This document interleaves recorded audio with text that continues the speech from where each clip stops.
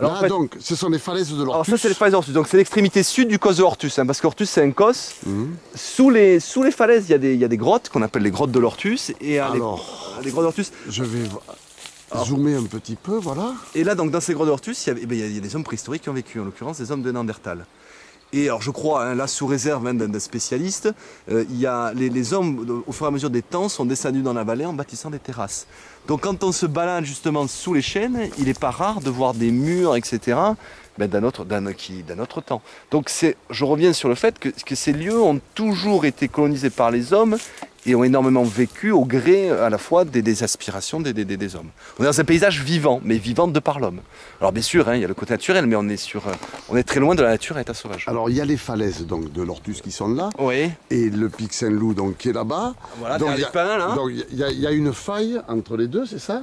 Alors, il paraît, j'ai lu que c'était un géant donc, qui avait fait ça. Oh là, mais tu parles de la légende. C'est dans ce côté géologue, il faut voir Jean, parce que Jean était géologue. Alors la légende, je crois que ça varie d'une famille à l'autre, hein, parce que tout ça, à mon avis, alors, on va dire la famille, mon histoire à moi, celle de Yves, en fait, paraît-il, donc, la légende disait que le pic Saint-Loup-Ortus était autrefois la seule et même montagne. Bien évidemment, dans ce pays de bergers, eh ben, il y avait un berger et une bergère, qui étaient bien évidemment très amoureux l'un de l'autre.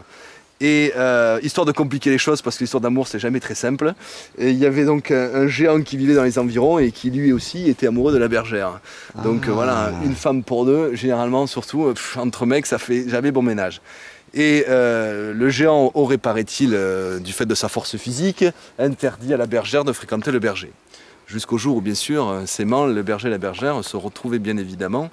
Et le géant les a surpris un jour. Et donc, fou de rage, a pris sa massue, paraît-il, aurait frappé un grand coup. Est-ce que le berger et la bergère étaient dessous? Ça, je ne sais plus si l'histoire me l'a fait. Si on me l'a raconté. Voilà, et ça a créé la vallée. Ça a créé la vallée. Alors, et petite touche à la Yves, et justement, et quand même la vallée, parce que ces bergères et cette bergère ont disparu, mais quand même, la montagne pleure. Et la montagne pleure, au fond de la vallée, il y a une source qui s'appelle Mascla et qui coule toute l'année. Et donc voilà. Donc au fond de la vallée, il y a une source Mascla. Très bien, mais nous allons aller là. Voilà, alors ça c'est la légende. Après, merci.